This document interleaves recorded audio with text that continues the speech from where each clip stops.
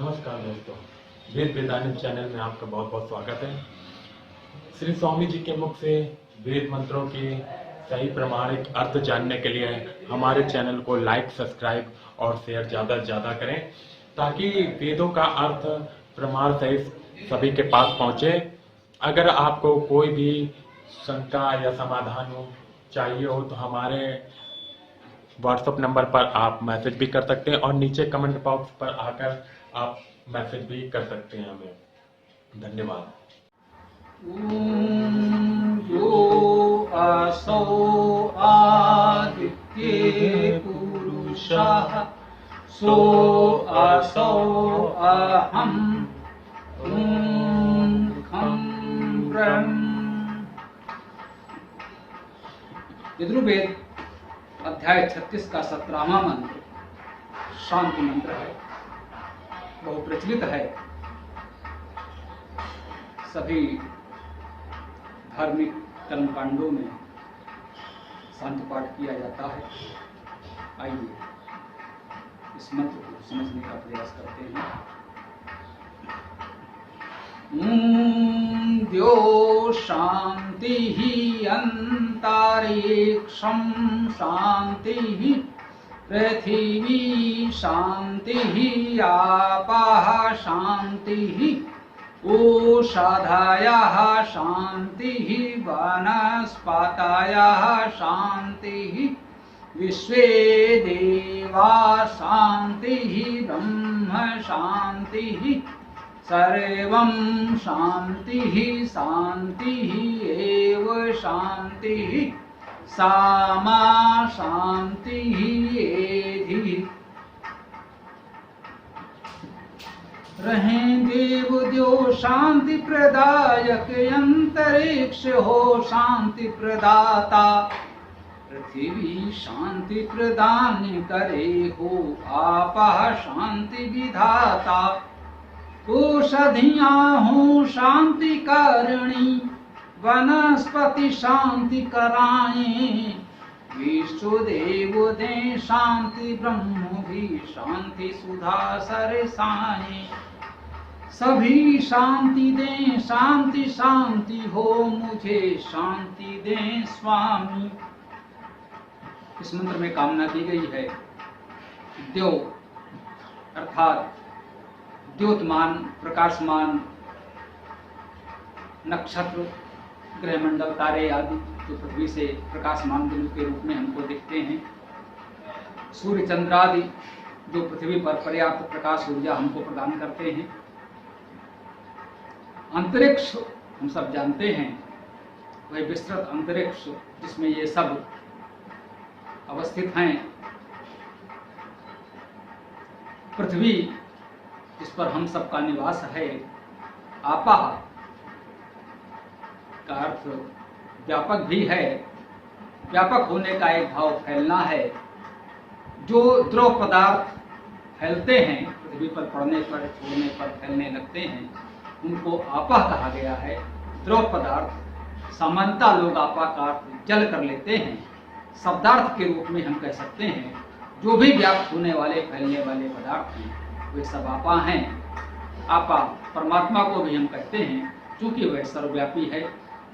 औषधिया जो रोगनाश की शक्ति रखते हैं ये औषधिया। वनस्पतिया जो वनस्पतियां हैं। विश्व देवा सभी देव शक्तियां। ब्रह्म बृहद बड़ा परमात्मा परमेश्वर जो सबसे बड़ा है। ये सब सर्वम शांति ही, ये सब हमारे लिए शांतिप्रद हों।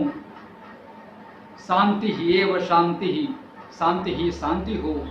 सामा शांति ये भी वह मुझे शांति प्रदान करे। ये कामना इस मंत्र में की है। सभी शब्द सरल हैं, हमारे लोक व्यवहार में लोक भाषा में भी प्रचलित हैं। अतः इन शब्दों की बहुत विस्तृत व्याख्या की आशा अपेक्षा नहीं की गई। पुस्तक में तो है ही, एक एक शब्द का धातु अर्थ दिया गया है, हम वहाँ पढ़ सकते हैं, समझ सकते हैं। इस मंत्र के शब्दार्थ को समझने में इतना भी मुझे प्रतीत हुआ कि पर्याप्त हो सकता है। इसके भाव को समझना चाहिए। हमने कामना की कि प्रकृति की ये सभी शक्तियां हमें शांति प्रदान करें। जो प्रकृति है उसके जो विविध रूप हैं, देव, अंतरिक्ष, पृथ्वी या पृथ्वी पर उत्पन्न होने वाले औषधि, वनस्पति, जल आदि, ये सभी प्राकृतिक तत्व हमें शांति प्रदान करें। तो क्या संदेश मिला इससे हमको? हमें शांति चाहिए तो प्रकृति से मिलेगी। जो प्रकृति है वह हमारी सुख शांति के लिए है। शांति का अर्थ निश्चलता, नीरवता नहीं है। शांति का अर्थ सुख होना, कल्याण होना ही। अगर गतिविधि सारी शांत हो जाए, यूं कहें रुक जाए, तो वो स्थिति अच्छी नहीं होगी, उससे तो अशांति फैल जाएगी। तो सम धातु है सुख होना, कल्याण होना के अर्थ में, उसी सम धातु से शांति शब्द बनता है। हमें शब्दों को धातु के अर्थ पर समझना होगा, तभी उसका मूल भाव समझ पाएंगे। अगर हमें सुख चाहिए, शांति चाहिए, कल्याण चाहिए, तो हमें प्रकृति की ओर देखना होगा कि सुख, शांति, कल्याण हमें प्रकृति से प्राप्त होगी, प्रकृति के विविध रूपों से प्राप्त होगी, सभी रूपों से प्राप्त होगी। इसमें कहीं भी यह व्यक्त नहीं किया गया कि किसी विशेष व्यक्ति, देवता, पूजा पाठ, मंदिर, मस्जिद, गुरुद्वारे से किसी को सुख शांति प्राप्त हो जाएगी। कोई एक व्यक्ति साधक हो सकता है, उपासक हो सकता है, उसकी भावना हो सकती है सबका कल्याण हो, और ऐसे सच्चे साधक उपासक के शुभकामनाओं से किसी दुखी को शांति अवश्य मिलेगी, यह तो निश्चित है। हम इसे नकारना नहीं चाहते। एक सच्चा साधक उपासक, एक वेद का विद्वान ऋषि अगर है, उसकी भावना तो सबको सुख शांति प्रदान करने की है। जब किसी दुखी व्यक्ति को देखकर उसकी करुणा जगी, उसके अंतर की भावना उमड़ी, और वहां उसने ईश्वर से कामना की, हे प्रभु, इतना दुखी व्यक्ति, कुछ करो, कुछ होना चाहिए। कहीं न कहीं परमात्मा की करुणा वहां बरसती है, उसे सुख शांति प्राप्त होती है। इसे नकारा नहीं जा सकता, परंतु इसकी सीमा है। जैसा कि मैंने भी निवेदन किया, यदि वेद का विद्वान साधक उपासक ऋषि किसी दुखी को अचानक सहसा देखे और उसके अंदर की करुणा फूट पड़े सहज भाव से, और अंदर से वो कामना जगे कि हे प्रभु, इतना दुख इस प्राणी को क्यों मिल रहा है, इसका दुख दूर करो।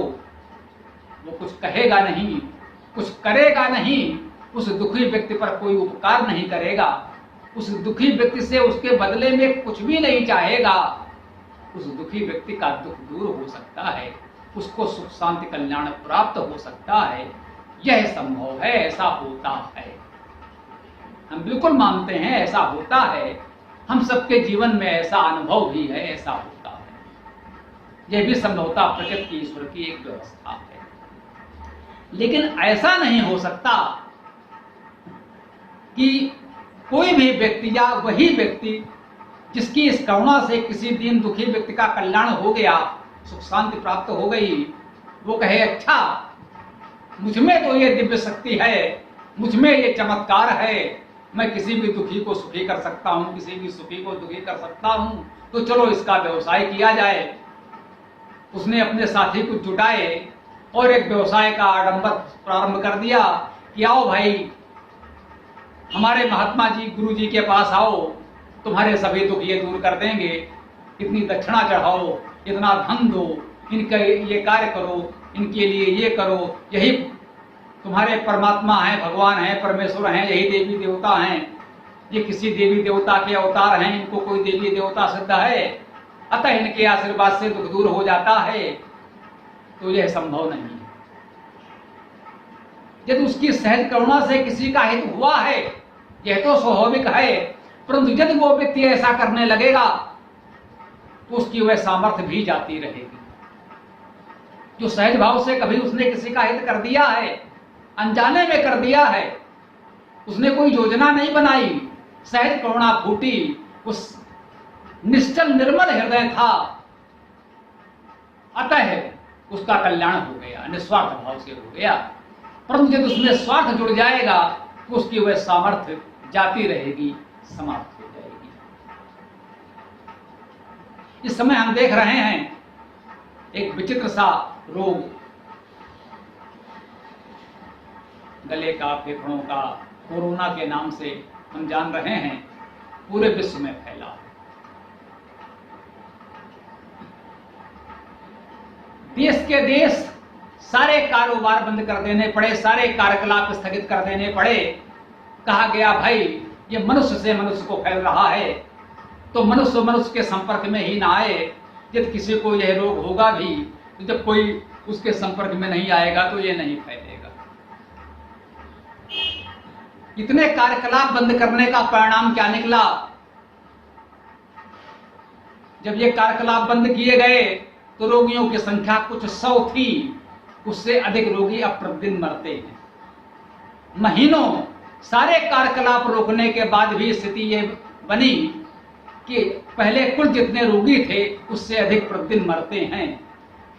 तब कुछ 100 रोगी थे, अब लाखों रोगी हैं।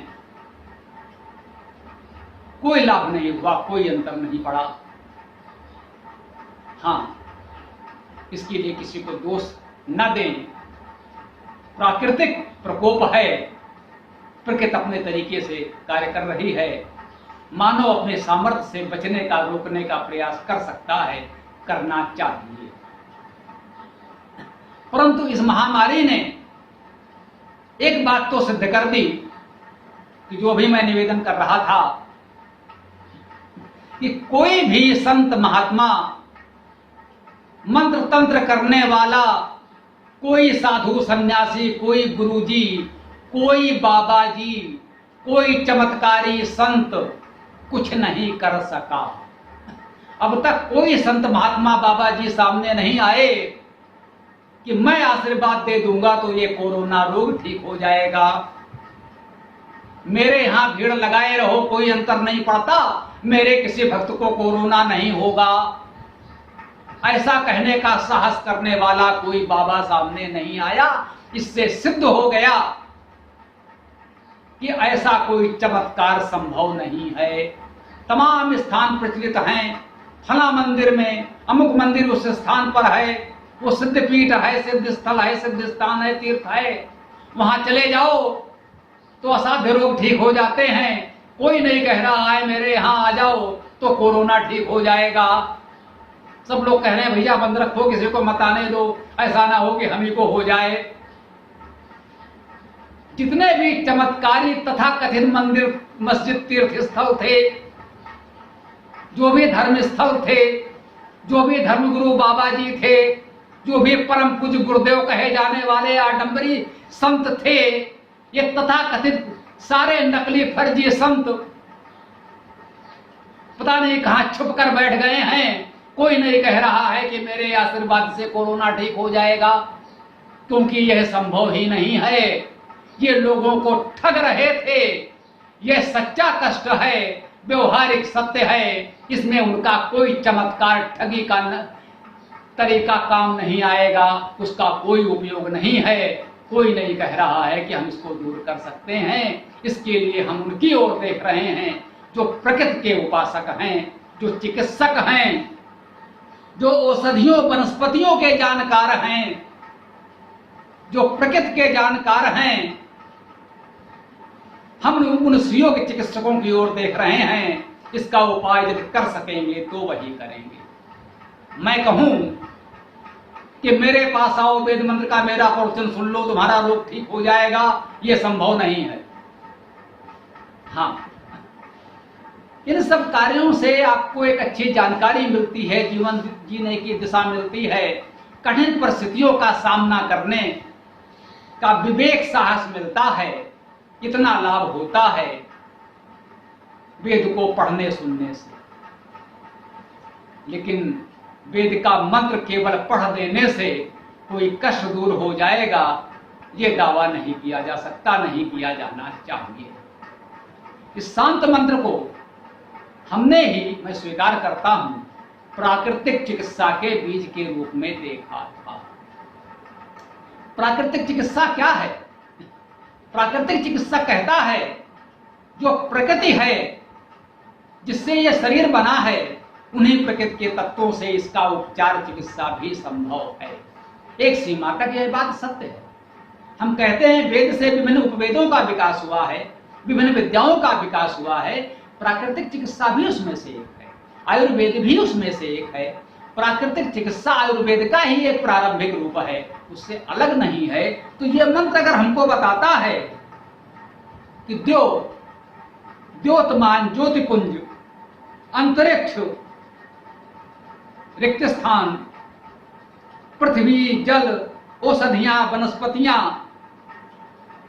हमारे स्वास्थ्य रक्षा में सहायक हैं, इनका यदि विवेकपूर्ण उचित तरीके से उपयोग करें तो रोग के शमन में, रोग को दूर करने में, रोग का नाश करने में इनकी सहायता मिल सकती है। यह अच्छी बात है।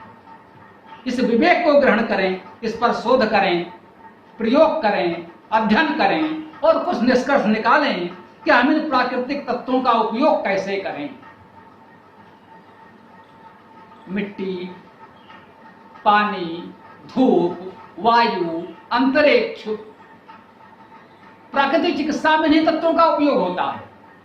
तो हमें प्रतीत हुआ कि प्राकृतिक चिकित्सा का मूल बीज इस शांत मंत्र में हो सकता है। संभव है अति प्राचीन काल में किसी ऋषि ने इस शांत मंत्र से प्रेरणा लेकर इस प्राकृतिक चिकित्सा पर विचार किया हो और धीरे धीरे वो आयुर्वेद के रूप में और अधिक विकसित हो गया हो। यह अच्छी बात है। परंतु यदि कोई ये कहे कि मैं ये मंत्र पढ़ दूंगा और तुम्हारा रोग दूर हो जाएगा, तुम्हारा स्वास्थ्य अच्छा हो जाएगा, तो यह तो संभव नहीं है। यह मंत्र पढ़ देने से नहीं होगा, पढ़ लेने से अवश्य होगा। कोई रोगी है, उसके समक्ष आपने ये मंत्र पढ़ दिया, उसके लिए कुछ धन ले लिया, या कहा हमने कोई जल का पात्र रखकर ये मंत्र पढ़ दिया, इस मंत्र की शक्ति उस जल में आ गई, अब जाइए रोगी को पिला दीजिए, वो ठीक हो जाएगा, इसके लिए हमें इतना धन दे दीजिए, यह संभव नहीं है। हाँ, संभव है। इस मंत्र को आप पढ़ें, इस मूल भाव को, इस संदेश को समझें कि पृथ्वी, जल, वायु, अंतरिक्ष, ऊर्जा, ताप, धूप, वनस्पतियां, औषधियां, यदि इन सब प्राकृतिक तत्वों का उचित तरीके से उपयोग किया जाए, किस रोग में किस तत्व का कहां कैसे उपयोग करना है, इसका प्रयोग परीक्षण करके जानकारी प्राप्त की जाए, तो उस तरीके से रोग को दूर करना संभव है। ऐसा आयुर्वेद में किया जाता है, ऐसा प्राकृतिक चिकित्सा में किया जाता है, ऐसा कुछ लोग योग चिकित्सा के नाम से भी करते हैं। हम इसे वैदिक उपचार भी कहते हैं। वैदिक उपचार में हम मंत्रों का प्रयोग करते हैं, बिल्कुल करते हैं, उसका लाभ भी होता है, लेकिन मंत्रों का इस तरह उपयोग करना चाहिए। मंत्र की साधना से, जैसा मैंने कहा, साधक में कुछ विशेष शक्तियां विकसित हो सकती हैं, जो विशेष परिस्थिति में करुणा जगने पर दूसरों को चमत्कार प्रतीत होने वाले परिणाम भी दे सकती हैं, परंतु उनका व्यावसायिक उपयोग करना संभव नहीं है। तो इस शांत मंत्र को यदि हम इस उचित तरीके से समझें, उचित संदर्भ में समझें, उचित अर्थ में जानें, पढ़ें, इसका तत्व समझें, मर्म समझें और इसका उपयोग करें, तो इसका लाभ हम जीवन में अवश्य उठा सकते हैं। आइए ओम मंत्र हमारे साथ बोलेंगे, जो लोग जहाँ भी हमारे इस बात को किसी भी माध्यम से सुन रहे होंगे। ओम यो असो आदित्ये पुरुषा सो असो अहम ओम खम ब्रह्म। नमस्कार मित्रों, पूरा वीडियो देखने के लिए आपका बहुत बहुत धन्यवाद। अगर आपको वेदों के विषय में और अधिक जानकारी प्राप्त करनी हो तो हमारे चैनल को लाइक सब्सक्राइब करना ना भूलें और ज़्यादा से ज़्यादा इसको शेयर करें ताकि वेदों के विषय में जानकारी और लोगों तक पहुंचे। अगर आपको और अधिक जानकारी चाहिए हो तो डिस्क्रिप्शन में हमने अपना मोबाइल नंबर और वेबसाइट और ईमेल आईडी दे दी हुई है। अगर किसी भी विषय में आपको ज़्यादा जानकारी प्राप्त करनी हो या कुछ सवाल जवाब करना हो तो उसमें आप अपना सवाल जवाब भेज सकते हैं। धन्यवाद।